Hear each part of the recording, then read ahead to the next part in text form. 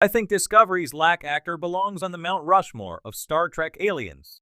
I think Star Trek, Discovery's Lack, and the actor who portrayed him, Elias Toufexis, belongs on Star Trek's alien Mount Rushmore. There's no shortage of iconic aliens in Star Trek, and certainly there are more than 4 actors who have delivered defining portrayals of non-human species in the final frontier. To name a few, Michael Dorn is the most prominent Klingon in Star Trek as Worf. Armin Shimerman is the face of the Ferengi as Quark. Doug Jones introduced Kelpians as Saru. Of course, all Vulcans follow the mold set by the original Leonard Nimoy. But Elias Toufexis' Breen anti-hero, Lack, belongs on this list of luminaries. Lack was introduced as one of the main villains of Star Trek Discovery Season 5. Along with his lover, Mol, Eve Harlow, Lack sought the clues to the ancient treasure of the progenitors, a quest Captain Michael Burnham, Sonequa Martin Green, and the USS Discovery ultimately completed successfully. At first, Lack was a mystery. While Mol was identified as human, Lack was of an undefined alien species. Lack could be brutish and violent, but he was also obviously in love with Mol and would risk everything to protect her. Lack's true identity in Star Trek Discovery was one of Season 5's best revelations and revealed him to be a pivotal member of one of Star Trek's most mysterious alien races, the Breen. Elias Toufexis, Lack belongs on Star Trek's alien Mount Rushmore. Elias Toufexis' Lack turned out to be one of the Breen, but not just any Breen. Lack was the Breen scion, the next in line to the Emperor's throne. With his soulful portrayal of Lack, especially in his backstory of how he met Mol in Star Trek Discovery Season 5, Episode 5, Mirrors, and Lack's tragic death in Star Trek Discovery Season 5, Episode 7, Eriga, Elias Toufexis delivered the definitive performance as the Breen. Whereas the other Breen were maniacal dictators, like Lack's uncle, Primarch Run, Tony Nepo, or faceless followers, Lack was a singular Breen with agency, soul, and a loving heart. Making Elias Toufexis' feat as Lack even more impressive to me is that he only had 7 Star Trek Discovery episodes to bring Lack to life. Compared to Leonard Nimoy's appearances as Spock, Michael Dorn's record-making outings as Worf, and Armin Shimerman's almost 200 times he played Quark, Toufexis had a fraction of the time to make Lack memorable as a character and as the literal face of the Breen. But Lack is now the Breen's most prominent member, even in death. Just as Worf is Star Trek's most famous Klingon, Quark is the shining example of Ferengi, Doug Jones made Kelpians a great new Star Trek species, and Leonard Nimoy will forever be what a Vulcan is to Star Trek fans. The Breen were originally mentioned in Star Trek The Next Generation, but made their first true impact in Star Trek Deep Space Nine. The Breen allied with the founders of the Gamma Quadrant and helped them nearly conquer the United Federation of Planets during the Dominion War. Clad in their distinctive helmets and refrigeration suits, with garbled voices that needed translating, the Breen were a mysterious race who captured the imaginations of Star Trek fans. Even Star Trek Lower Decks featured a Breen cameo, acknowledging their status as cult fan favorites. It was a huge surprise that Lack was not only a Breen, but that Star Trek Discovery delivered the most thorough examination of Breen culture yet. Lack was the first Breen to remove his helmet and show his face in Star Trek history, which excited Elias Toufexis when he took the role. Star Trek Discovery also defined the Breen's imperial hierarchy in the 32nd century, which consisted of faction wars between various Primarchs. Even after Lack died, Mol used his clout as the scion to take control of Primarch Run's faction after Lack's power-mad uncle's death. Again, I'm truly impressed with how much detail about the Breen Star Trek Discovery made canon in just one season.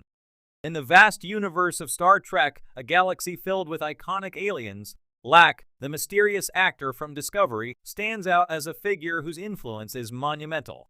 As Star Trek continues to evolve with new series and characters, it's worth considering which aliens deserve a place on the franchise's proverbial Mount Rushmore. When looking at the rich diversity of alien species and actors who have brought them to life over the years, I argue that the actor behind Lack from Star Trek Discovery deserves such an honor. At first glance, Lack may seem like a lesser-known figure when compared to more famous aliens like Spock, Worf, or the Borg Queen. But Lack's character and portrayal capture the very essence of what makes Star Trek so enduring. Through the lens of Lack, Discovery showcases the continual reinvention and depth of the Star Trek universe. His journey and complexity embody the very spirit of what Star Trek stands for, exploring the unknown, both in space and within ourselves. One of the reasons Lac's actor belongs on this alien Mount Rushmore is the character's unique contribution to the evolving narrative of Star Trek. Lac, a warrior from a species with a rich cultural history, represents the next phase in the franchise's storytelling. The Star Trek universe is known for reflecting contemporary societal issues through its alien characters, and Lac is no exception. His interactions with the crew of Discovery shine a spotlight on issues of identity, conflict, and the search for meaning in a complex galaxy.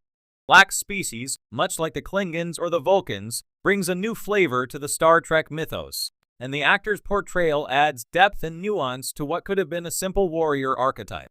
Instead, Lac is presented as a multifaceted character, someone who struggles with the duality of tradition versus progress, much like Worf once did as a Klingon raised by humans. This internal conflict resonates deeply with fans, who see in Lac's journey a reflection of the broader struggles many people face in reconciling cultural heritage with personal growth. What sets Lac apart, however, is the subtlety with which the actor delivers this complex portrayal. The alien makeup and prosthetics in Star Trek Discovery are known for being intricate, sometimes hiding the actor's facial expressions. Yet, despite these physical constraints, Lac's actor manages to convey a wide range of emotions from fierce determination to moments of introspection with an elegance that few performers achieve in such roles. This ability to emote through layers of alien makeup is a testament to the actor's skill and dedication, elevating Lac to the status of one of Star Trek's most memorable aliens. The actor's performance also brings an emotional gravity to the character that is reminiscent of some of the greatest alien portrayals in Star Trek history. Think of Spock's constant battle with his human emotions, or Seven of Nine's struggle to reclaim her humanity after being assimilated by the Borg. In a similar vein, Lac's journey is not just one of physical battles, but of internal ones. The actor's ability to tap into these deeper layers of Lac's character makes him more than just a warrior. He is a symbol of perseverance, growth, and the ongoing struggle to find one's place in the universe. Lac's interactions with other characters on Discovery further highlight the brilliance of the actor's performance. His scenes with Captain Michael Burnham, in particular, are charged with a tension that feels both personal and philosophical.